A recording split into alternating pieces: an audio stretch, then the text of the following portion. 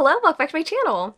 In today's video, I'm going to be sharing my 2024 5-star predictions with you. I am so excited to be doing this video. I've done this video for the past couple of years, and I think it's a really fun way to get excited for the releases that are coming out, and also I think it's a fun way to kind of like stick to what I set out to read, if that makes sense. I love putting these lists together at the beginning of the year or like at the end of a year, and then at the end of the following year, sharing how those books went, if they lived up to the hype. I think it's a really fun experience. This year in particular, I'm super hyped because the books on this list are the cream of the crop. I feel like last year, it was a mix of things that I was really hyped for, and then some things that I was a little unsure of. This list, pretty much all of these books, I highly anticipate being 5 stars, and I'm very hyped for, so it's gonna be really fun revisiting these in the end of 2024. But let me share my most anticipated reads for 2024. Hopefully you can find some new things to read. It's a mix of things that are, I feel like, super popular and hyped, and a mix of things, hopefully, that you've never heard of. First up, a couple of folks you might have heard of. Pirate Girls by Penelope Douglas comes out March 21st, and I am so excited for this one. I really enjoyed Falls Boys, which was the first book in this series. I know this one's gonna be amazing because it is a love triangle romance. At least I believe it is. The synopsis doesn't come out until January, but I believe this book follows Hunter and one of 2 twin brothers, which I think is really fun. I really like this series because it follows just a group of high school friends and their shenanigans. I feel like the plot lines of these are super fun, and I think if you're someone who really enjoys plot with your romance, you might really enjoy this series. I think it's even more plot driven than the Fall Away series, which this is a spinoff of. Very excited about this one. Probably one of the only books on this list that I am sort of unsure of is Five Brothers by Penelope Douglas, which comes out July 30th.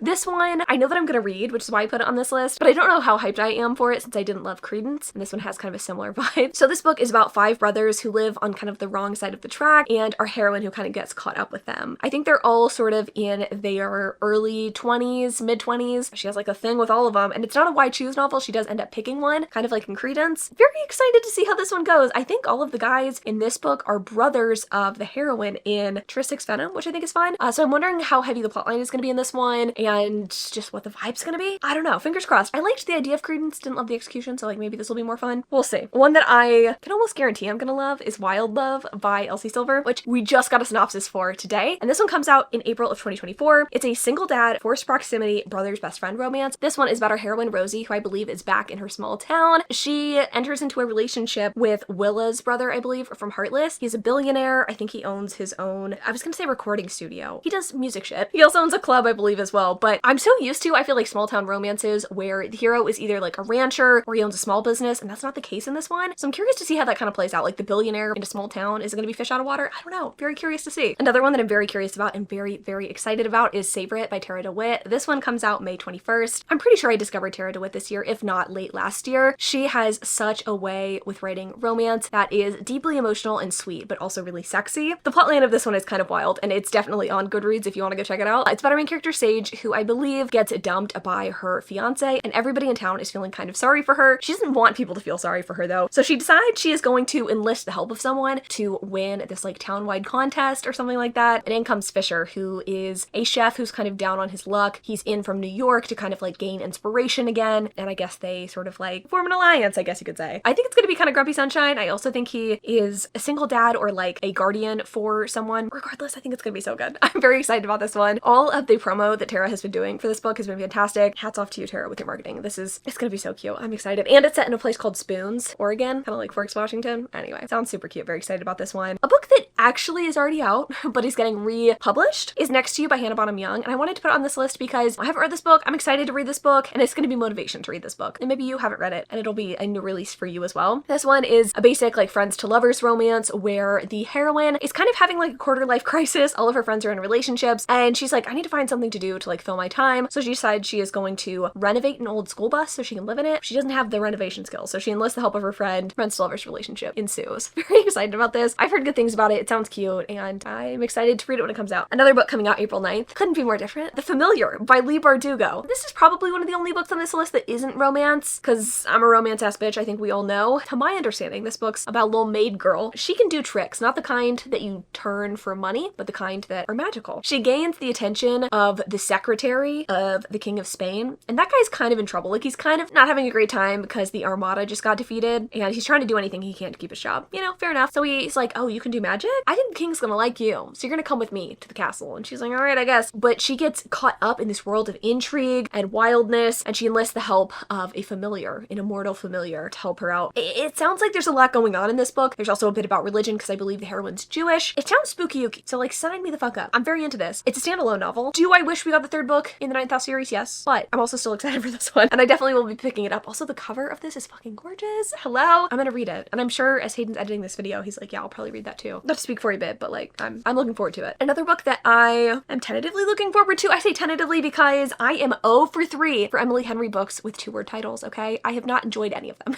The only book I've liked by Emily Henry is People We Meet on Vacation, but I am holding out hope that Funny Story is just going to blow me away. It's going to be incredibly romantic. It's not going to be too women's fiction-y, and it's just gonna fuck hard, okay? So this one is about our heroine who gets dumped by her fiance, and her fiance immediately gets with his childhood best friend. Ooh, bad book. Childhood best friend also had a fiance, or like an ex. He's pretty torn up about this too. He's pretty heartbroken. And our heroine, you know, she was engaged to this man, so she's like, fuck, I gotta find a place to live. And she decides she's gonna live with her ex-fiance's, new fiance's ex. And as they live together, it'd be kind of clever and kind of funny if we posted pictures together, like we're together, because we're not. We could pretend. And then obviously like fake relationship, real feelings, etc., etc. It sounds fun. I like the premise. I like that it's a new relationship that's being formed. Don't get me wrong, marriage in trouble or like fiance's in trouble, fine, fun, whatever. I did not really like Happy Place, so I'm hoping that this is just a fresh start for me and Miss Emily Henry, you know? We're giving our relationship a second chance. Hopefully it's a good one, okay? 2 books I know that I'm gonna fucking love. Allie Hazelwood's, you know? Clown as we might, clown as we may, Allie Hazelwood is just so fucking fun, okay? I might joke about the height of her heroines, but the height of love in my heart for Allie, it's up there, okay? So Bride by Allie Hazelwood is the first book coming out by her, and it's coming out February 6th. It's about our main gal, Misery, who's a vampire, and her vampire daddy is on the vampire council. I don't know why I'm doing a southern accent, but he says, hey, go strike a deal with the werewolf council. And she's like, all right, sure. They strike up a deal, they're gonna get married. Head of the werewolf council and the daughter of a councilman on the vampire council. She has some ulterior motives, okay? Beyond just potentially fucking this big, tall, hairy man. And I don't know what those ulterior motives are. I'm sure we'll find out as we read, but I'm looking forward to it. I frankly think this is gonna be a really fun one, and I don't need to know much more than that. I want to see what she does in a fantasy setting and like how fantastical it is. And if that one lets me down, she's got another one coming out June 11th, Not in Love by Allie Hazelwood. This one is cool because Allie Hazelwood said fuck school, which, you know, respectfully I like that because I like her feminist books, but I was looking for a new setting. This one is still sciencey, okay? Our main character Rue works as a food scientist at a job she really, really loves, but it is being hostily taken over by people who don't give a fuck. At least I'm pretty sure. And the leader of it all, Eli, is having to fight his feelings for Rue. I'm sure she thinks he's the devil incarnate, so I'm sure that's gonna provide some really fun, delicious angst and tension, and I'm here for it. A Fragile Enchantment by Alison Saft comes out January 6th, and this is a Regency-inspired fantasy, which, sign me the fuck up. I am hyped for this, okay? The premise of this sounds so fun. Basically, Neve has blood magic, or like magic that's in her blood that's gonna slowly kill her over time, and so she's living very much a YOLO lifestyle, right? You only live once, I'm gonna do the things I wanna do, and she is asked if she wants to design a wardrobe for the royal wedding a town over, and she's like, fuck yeah, only live once, let's do it. She gets there, and it's not all as it seems, right? She's excited, but the town is not great, and this romance, this marriage that she's helping out doesn't seem like it's actually that romantic. In fact, I don't want to say she starts betting the groom, but she kind of has like some romantic feelings for him. Anyway, she teams up with him to like uncover the secrets of the kingdom, get to the bottom of stuff, and I'm sure it's great, and I'm very much looking forward to it, okay? It is gonna be a good time. I actually don't know, I've never read anything from this author before, but I'm choosing to live positively, all right? Next up, we have a thriller, The Ayres by Rachel Hawkins, which comes out January 9th. Okay, and this book's about a rich old lady. She kicks the bucket. She lives in North Carolina on this like massive estate. She has like a crazy backstory. I think she was kidnapped as a kid. She's had 4 husbands who have all mysteriously died. Shit's gone crazy in her life, okay? She dies. She leaves her adopted son Cam a shitload of money and this estate. And he's like, I'm good. I actually just want to get the fuck away from here. And so he does. He gets married. He's living his life. But 10 years later, his uncle kicks the bucket. And now he's having to go to the family estate, even though he doesn't want to go there. And he brings his wife along. And his wife's like, hey, things are a little fucking crazy here. Let's try to solve some shit. They do, I guess. He's like, I guess I never really wanted to examine the fact that 4 of my mom's husbands died.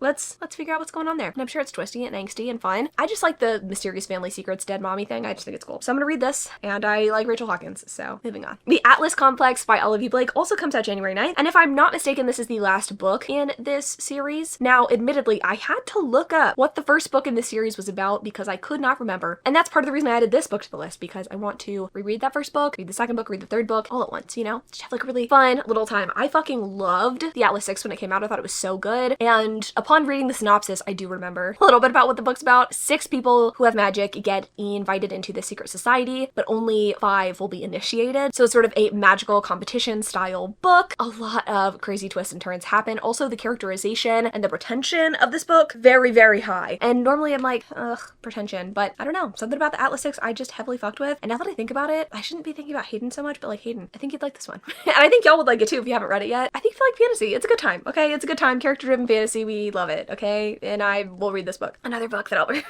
I'm getting loopy here, y'all. It is 10 p.m. when I'm filming this. Fangirl Down by Tessa Bailey comes out February 13th. A little Valentine's treat for all of us. This one has a fucking nutty plotline, okay? It just does. Heroine is a big fangirl for this golfer who no one seems to like. And after like a few bad games, how the fuck does golf work? I know nothing about golf, okay? He retires or like he quits. He's like, I'm out. After a while, he gets bored and he's like, you know what? I'm coming back, but I need someone to bolster my energy and like support me. And so he enlists the help of his fangirl. She's gonna be his caddy, help him get good again. I don't know. Sounds fun. Grumpy Sunshine. Gonna read it. Even though I hate golf. That's the power of Tessa Bailey, okay? All right, next up we have Daydream by Hannah Grace, which comes out June 4th. This one I put on the list because I'm a basic bitch, all right? I'm reading Wildfire right now, which is like the second book in the series. They're all standalones, hockey romances usually. I'm basic as fuck. This book is literally a hockey tutor romance. He falls for his tutor. And yes, it's been done to death, but that doesn't mean that I'm not going to like it and not going to read it. I just think Hannah Grace does a fun job at writing sports romances, at college romances, and I think she gets better with every book. I say as if I've read more than one full book of hers, but I'm optimistic, okay? Next up, another book that I'm optimistic about despite not enjoying this author's last publication, ROM Commers by Catherine Center, comes out June 11th. And this one, I won't lie, the premise doesn't totally get me excited, but like I'm gonna read it because I like Catherine Center. This book is about a heroine, I believe her name's, I was gonna say Emma. I actually have no fucking idea what her name is. She wants to be a screenwriter. She has been given the gift of a lifetime. She's going to rewrite a screenplay for her like favorite screenwriter. And so she moves to LA for 6 weeks to do this, and he's a total dick. He's not the kind of guy she expected him to be at all. She's really disappointed. She helps him discover love again, or I don't really know. I'm putting my own things onto this plot that probably aren't there, but I'm sure it's a romance, so I'm gonna read it. Fingers crossed it's good. I don't normally like books about writers or books, like books about books, but I remain hopeful. Maybe since it's a screenplay writer, it'll be different. Another one that has a plotline that I'm not the most thrilled about, but I'm gonna read anyway because I love Abby Jimenez, or at least I have been lately. Just for the Summer comes out April 2nd. I don't really know how to describe this, but I'm gonna try to do my best, okay? So Justin has had a hard time dating because everyone he dates seems to break up with him and then immediately find the love of their life. He's transformative for a lot of people, I suppose. And he finally meets his match in a girl named Emma who has had a very similar experience, or has had like repeated experiences very similarly. And so Justin and Emma are going to date and then break up with each other to like break their curse or some shit like that. But I think fake dating kind of turns into real love, and there's also like complicating factors that I forgot about and didn't write down, but that make things complicated. I think like he gains custody of like 3 of his cousins or siblings or something. Like it gets intense emotionally, and I'm sure it will because it's an Abby Jimenez book, but I'm very excited about this one. The premise, like the initial plot line, I think will probably only be an issue at the very beginning of the story, but I'm very excited to see how this one plays out, and I'm definitely going to be picking it up. Another one by like another favorite author duo, I guess, of mine, The Breakup Tour by Emily Wibberley and Austin Siegeman Broga. It comes out January 23rd. They're a husband-wife author-writing duo, which like, hello. And y'all are writing rom-coms together? That shit romantic as hell. This book is fun. It's a Taylor Swift-inspired rom-com. I don't think they say that, but I think it's like pretty obvious. Basically, she writes this whole breakup concept album, and her ex-husband thinks it's about him, and it is not about him. It's actually about another guy. Specifically, like I think the hit single is about another guy. She gets back into contact with this guy she hasn't talked to in a while. He decides to come on tour with her, and they fall back in love. I like that setting. I like a good rock star romance. Taylor Swift inspired. I think it's gonna be a good time. Another one that I am assured will be a good time is The Paradise Problem by Christina Lauren, which comes out May 14th. This one sounds so fun. It doesn't remind me totally of The Unhoneymooners. It does have, I think, kind of like a paradise setting. So basically, Anna married Wes back in college because she wanted to get subsidized student housing. She just stayed married to him for a while. Like, she is no longer in contact with this guy, I don't think. They just never managed to get divorced. But that actually proves helpful for West because he is going to stand to inherit a ton of money from his dead grandfather if he can remain married for 5 years to someone. And like, luckily, he's already married to someone. He just has to make it to that 5-year mark. But I don't think anyone knows he's married, and so he has to take this kind of like unpolished, unserious person around his family. And I just think that's going to create really fun antics, and I'm excited to see them kind of like potentially rekindle or like start a relationship from scratch. I think it's gonna be fun. I'm very excited about this one. And I feel like it's unlike any of the other books on this list. So the next few, I feel like I don't have as much to say about them because I feel like I don't have super long synopses for all of them. But first up, we have Swift and Saddled by Lila Sage. This one comes out March 25th. It's about Ada, who's an interior designer. She falls for Wes, not to be confused with West from the previous book. He is helping his family redesign their ranch. She's not looking for love, but I think he's into her, and so it's kind of like a, you know, it's romance. What can I say? I try to describe these differently from each other, but at the end of the day, people fall in love and they fuck. Those are the kind of books I like to read. Next up,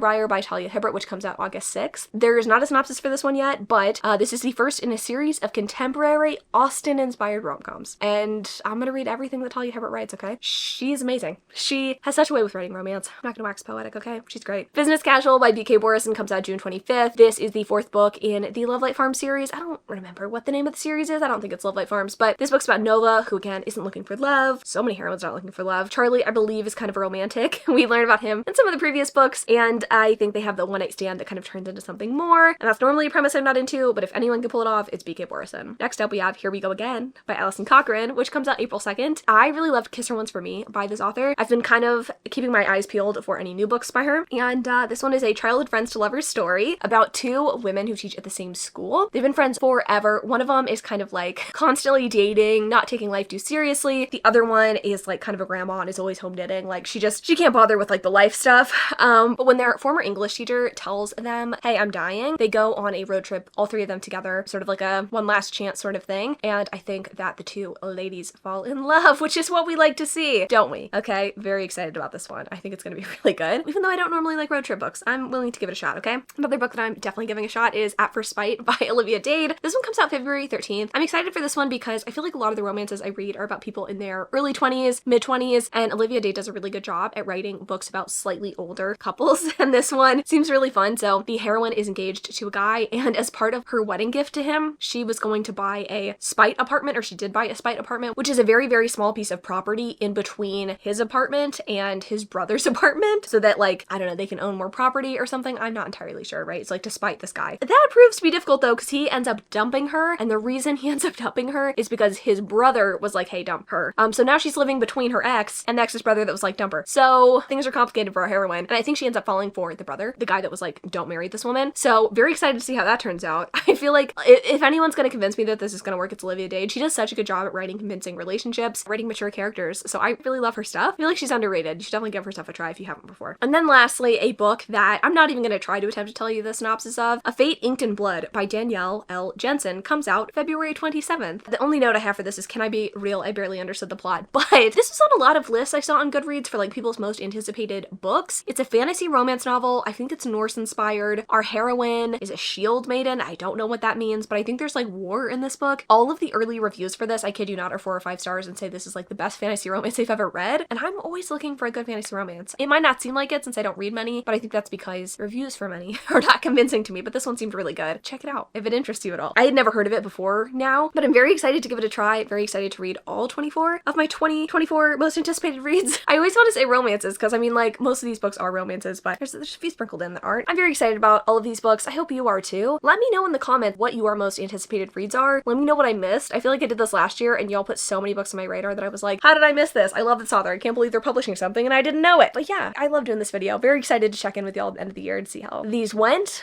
I love y'all so much, and I'll see you tomorrow.